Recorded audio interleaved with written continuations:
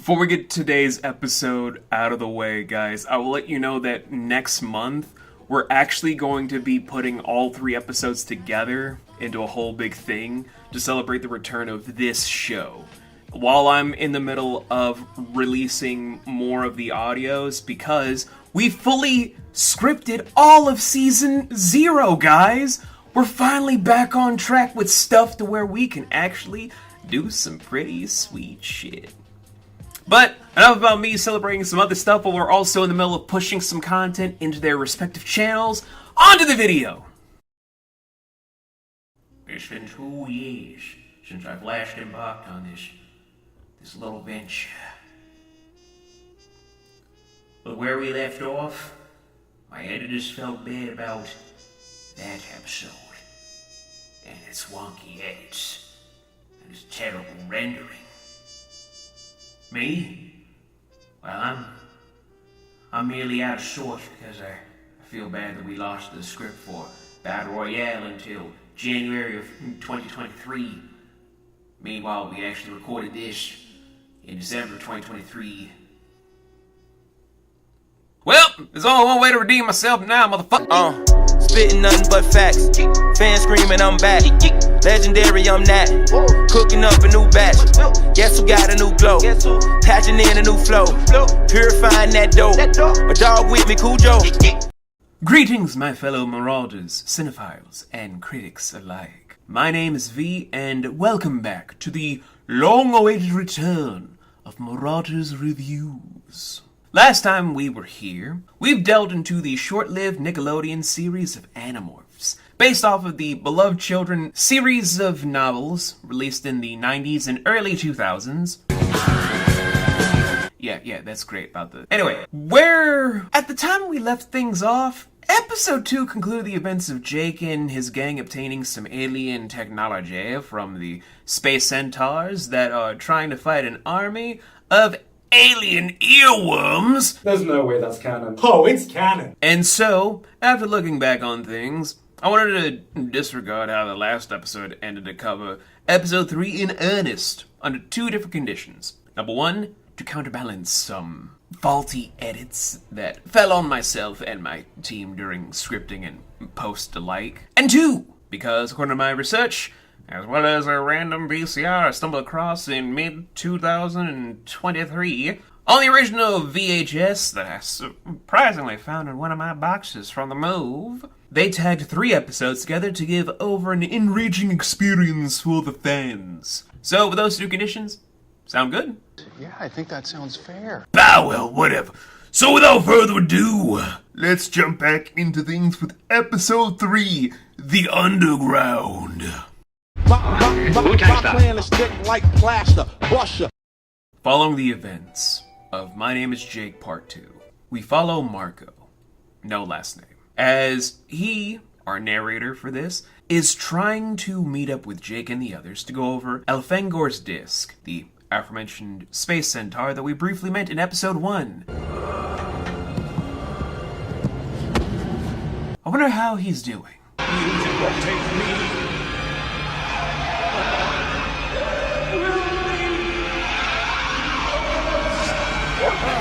Oh, right. However, our narrator is thrown aback once he sees Jake's brother, Tom, first introduced in full during this episode, displaying signs of being weird. Hey, bite my glorious golden ass! Oh, and also potentially being a controller host for the Yerks. However, the Animorphs don't have any time to explore this at the moment, because first, we have to see if we can access Elfangor's disc. Try Alt Escape X. Oh, man. Surprising to no one, the disc does not work on an Earthling computer. So, in the meantime, they decide to hold on to Elfangor's disc until they're able to access the data properly. And then something about a basketball game where Marco tries to tell Jake that Jake's brother might be controlled by a Yerk, but we're not going to really touch on that scene just yet. Instead, let's focus on a minor roadblock that's more integral to the Animorphs' problem. The school has a brand new after-school club known as The sharing. which has taken hold of numerous students and faculty members. Have you had any success in locating the Andalites? Not yet, but we're still looking. That's unacceptable. We know they're using human morphs, approximately the same age as my host body. Just find them. No. I think. And after some goading from Marco to revisit the thing from the basketball game, Marco and Jake get some DNA from some skinks, these little lizard thingies, almost like baby newts, to go on a hunch to see if they can find out the truth. But, hold the pearls! Tom is really a host controller for a yerk! Brother, With this whole thing in motion, it now introduces more personal stakes for Jake and Marco to end up making sure their family members do not fall prey to these random mollusk from outer space. But in order to make sure that when they're doing an infiltration mission, they try to get some other DNA that's going to be more effective than a cat, a rat, and a dog. Try and take on some controllers. So thanks to Cassie's connections because of her mom being a veterinarian, which apparently gets you a lot of access in this town, Jake and Rachel get their own battle forms for the first time in the series, where Jake's is a white Bengal tiger, while Rachel, being as crazy as she is, got the DNA of a lion, not a lioness who is more fierce than the male counterpart, but no, she got the DNA of a male lion. This bitch! I don't know either. So, once they've acquired the DNA for all of these different animals for Jake and Rachel, do not worry, everyone else gets battle forms, except for Tobias, but that's for reasons that have been foreshadowed from episodes 2 and 3. Anywho, we just have to get to the school where after this weird transition going on, like what the why is this weird transitional thing of the fade in for people of just walking the hallways going on? What were we doing, 2000s? Where eventually they will just descend into the bottom of the school to just see there's a really weird grotto under here. Maybe Hugh Hefner built this underneath the school instead of these aliens, you nasty little slugs. Where they kind of find out a few different things. Number one being that the indoctrination process is just them jumping into the ear canal at some capacity in the show. In the books it's a little bit weirder, but I'm not going to touch on that. And the Yeerks cannot survive in their host bodies for too long, unless it's for other instances. We're not going to touch on that until a later part, if I pick up this whole thing again. To where it gives Jake some bit of relief that he can save Tom, because it's not going to be a permanent thing, unless certain things are changed. And at the same time, it's like, well, good news, bad news, still a problem, because the Yeerks are still here. But how are they going to get out of this whole wacky situation, you might be asking? Morphing.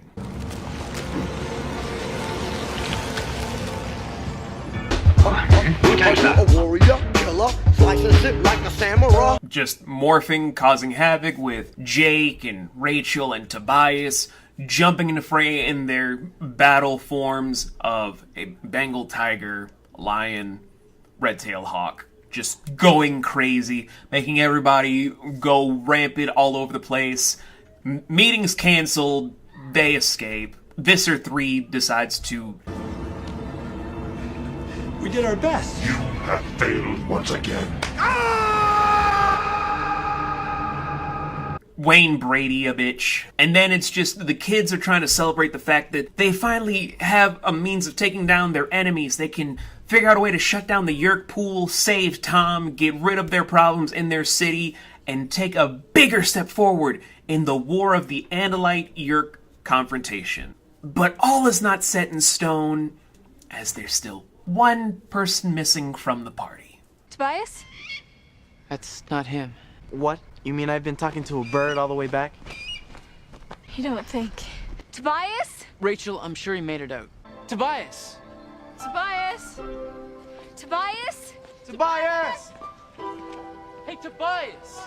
Tobias! Tobias! Tobias! Intense in context, yes. Melodramatic as hell, absolutely. Surprisingly dark, yet subtle enough for kids to digest and adults to enjoy, without a question.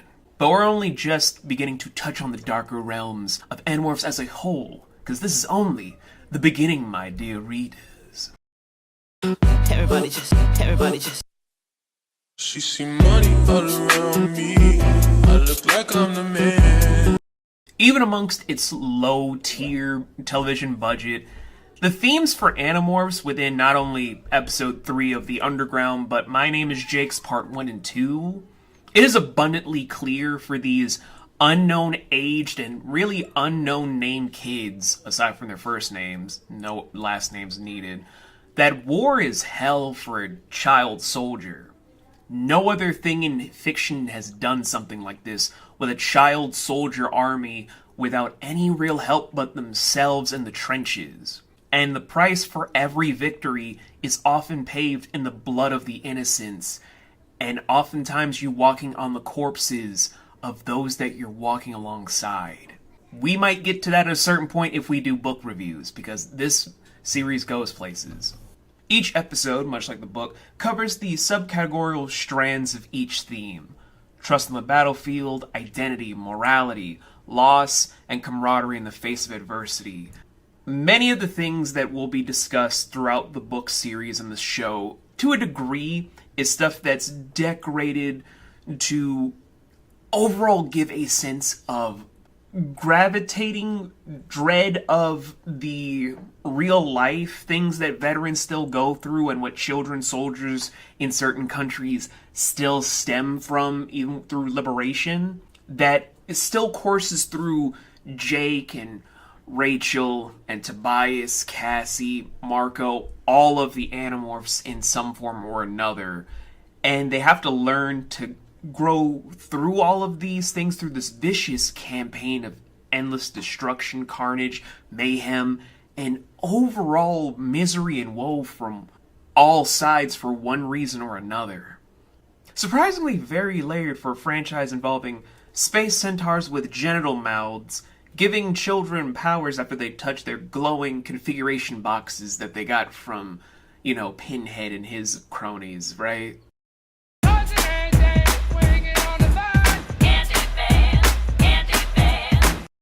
All jokes and witty barbs aside that I've made in My Name is Jake's Part 1 and Part 2, as well as this review, the characters in Animorphs, both main and supporting, are honestly more interesting and compelling than a lot of the heavy-hitting young adult protagonists I've both read about or heard mention of over the past few decades. The entire team of kids could be elementary, could be middle school, could be high school. We don't know. Kept it very classified in the narrative. They each carry a solid representation of humanity in a sense that makes it even more heart-wrenching and downright depressing to see become splintered and just shattered overall as the Andalite-Yeerk war progresses in the narrative. All the Yeerk controllers each hold a memorable quality of villainry, but, at least for myself, the standout villain during this phase of the story will be,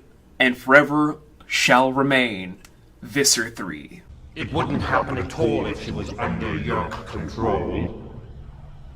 Sir, with all due respect... Are you disagreeing with me? Oh, no, Visser, Then familiarize yourself with it. Yes, sir. Oh, and if you don't mind me saying so, sir, I think that you've chosen an excellent human morph. I know I shouldn't be this attached to the opening villain, but it's just his chilling charisma, his guile, his commanding presence that elicits fear, and strategic essence as a overall opening commander were so top-notch as a starter villain for this franchise to duke it out with the Animorphs that I was impressed. And then we meet his superiors, and then it becomes less potent during the later parts of the series because of Visser 3's fate, but still, still a memorable bad guy. Still a memorable bad guy, even though he has a human appearance of a fucking skinny version of Wilson Fisk. And even the family members to all of the characters, especially for Jake and Marco especially. Especially Marco's family, for various foreboding reasons, hold a very sweet spot in my heart when they're brought in, whether in the book, original or reprint for the series, or the television franchise overall. Still does me good to see the human elements for these representations of humanity come back to make them feel grounded and secure after all is said and done. Unfortunately, when you compare this to the other shows of the time, whether it's the Secret World of Alex Mack, the US adaptations of Kamen Rider and Super Sentai, Ninja Turtles, Sailor Moon, Beetleborgs, VR Troopers, Samurai Cyber Squad, Tattooed Teenage... I could go on. Animorphs didn't garner the best budget for props, cinematography, strong television writing, a whole lot of things. As such, fans of the books felt as cheated over the adaptation and certain things Nickelodeon was providing for this IP, the same way that Percy Jackson fans felt about the films and a little bit about the TV show from how it started, or the same way that Shadowhunter fans feel about the franchise existing. So, yeah, it's a lot to kind of process on the technical side of things. And had it been more looked at and examined, who knows? With how TV has evolved lately and more things have gone into play with the TV show being re-examined, the book series being looked at again, and there being some other stuff that may or may not be coming up, who knows what the future might hold? Maybe the fans, as few as they are now, will get their wish. Granted, in the modern climate of young adult or scholastic alum novels or anything involving childhood nostalgia, I think we're better off with this IP over Maximum Ride or whatever shit Sarah J. Maas and Colleen Hoover has written, so fingers crossed that they do good on this one.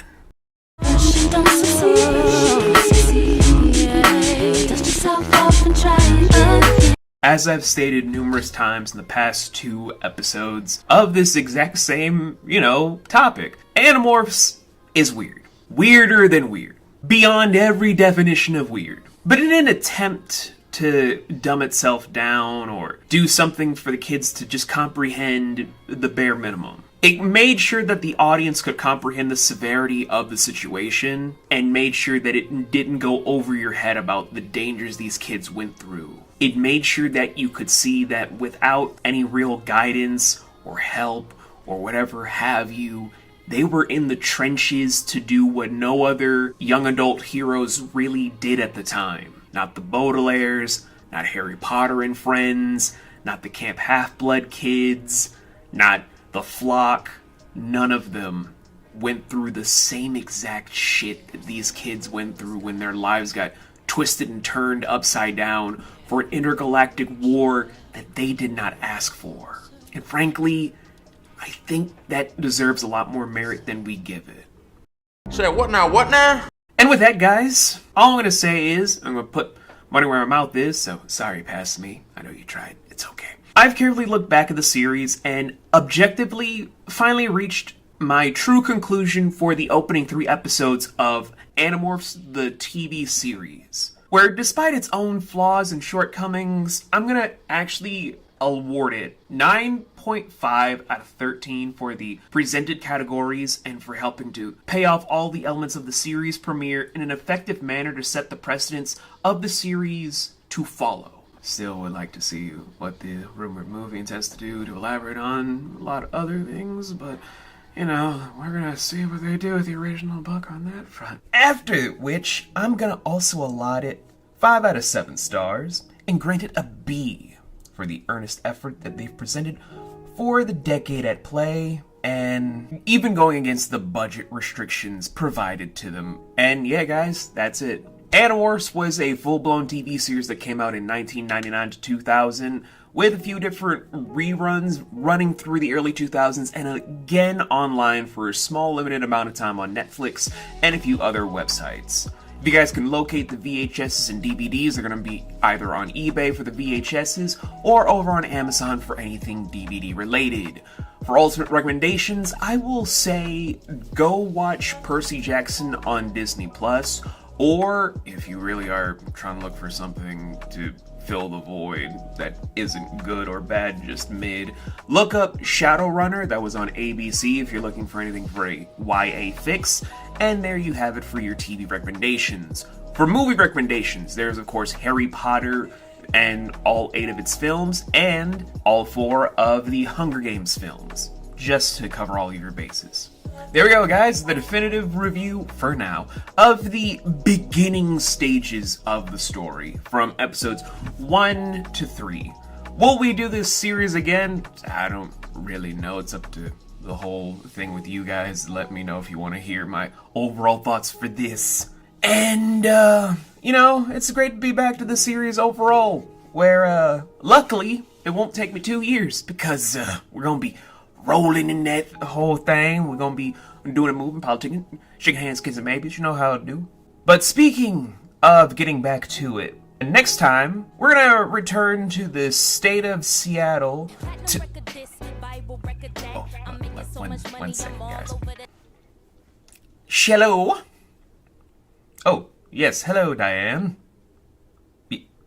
Yes, I'm gonna talk about it next episode. Yes, I know people want to hear, but look, guys, I'll see you next time. No, Diane, I'm not ignoring you, goddammit! Let me just finish what I gotta fucking say! You don't fuck with the pyramid and